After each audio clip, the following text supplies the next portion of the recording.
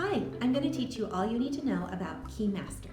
It's a leveled program that helps you master all the keys on the keyboard, 12 majors and 12 minors. Here we go. This is found in the green pages, the green section of your key notes book. There are 12 different levels, starting with starter and going through 4 levels of virtuoso. Each level has a scales component, a chords component, an arpeggio component, and a flashcards component. And once you've finished all of the requirements for that level, you get to fill in the little line. Certain levels, like the rookie level, where we want all the elementary students to be being able to do the 5-finger scale in all the majors and minors. Once you get there, you get to put your name on a hand and put it up on the honor board, and you get a little pack of M&Ms. We want all of the junior high students to be able to get to the pro level, where they're doing 1-octave scales, and they can put their name on a surfboard and get a pack of M&Ms.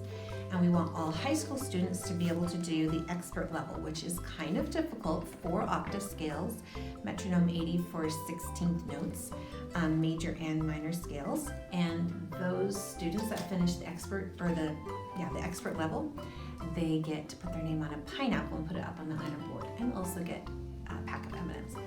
4 different types of M&Ms just to make it fun. So I'm going to show you how to do a pass off on the starter. So the starter is just doing a 5-finger scale, which we call M&Ms. The reason we call them M&Ms is because we have some fun words to go with it. This is the key of C. Mommy, baby, mash my M&Ms, yum, yum, 3rd chord. That's the scale component.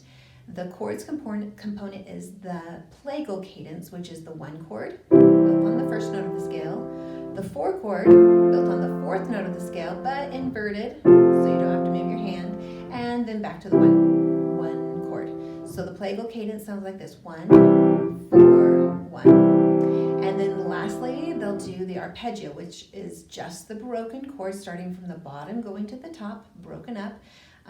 Just the 1 chord, so 5, 3, 1, 1, 3, 5. Finish with a 2 at the top with the root note.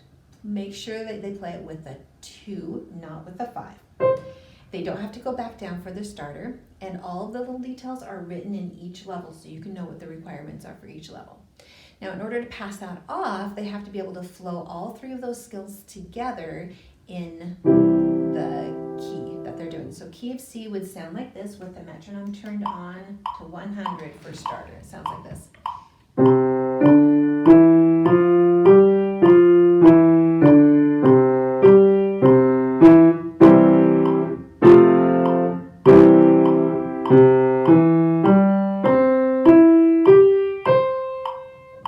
And then we usually have students have 3 keys ready to pass off. So immediately following their first key, key of C, they would go up a 5th, so their top note of that 5-finger scale.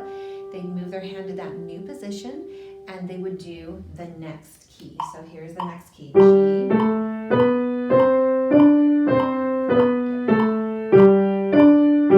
I hold my chords for 2 beats and go right into the arpeggio.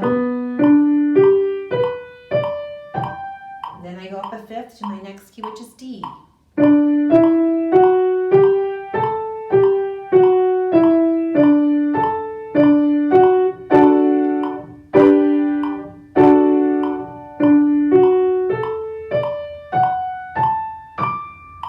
And that is what most students would do in their lesson to pass off those 3 keys. Once they've passed those off, they just fill in the C up here for the scale, chords, arpeggios, and they fill in the G, and they fill in the D. Next, they would learn the next 3 positions. Now, if they're not sure about a position or a fingering, they need to just move to the blue pages. This is what we use in the lesson quite a bit. The blue pages show them everything they need to know about any scale, chords, arpeggios. And they can find all kinds of information there in the blue pages. Then the students would learn how to play the next 3 keys, circle them so they know that they're practicing those that week. Then on their weekly rehearsal sheet, they would go down to the key master section and write down those 3 keys, the metronome setting, and then if they're not doing scales, they're going to cross out scales. If they're not doing M&Ms, they're going to cross out M&Ms. But they'll always be doing chords and arpeggios with either their scales or their M&Ms. M&Ms are just 5-finger scales. Okay, so once students have passed off all of those technical skills, they'll also be passing off their flashcard skills. We use No Rush in the lesson to work on flashcards, and we also have some interval and triad flashcards that they use in the studio. Students also have their own note flashcards to use in their boxes or at home. And once they can do those in an acceptable amount of time, they fill in their little line and move on to the next level.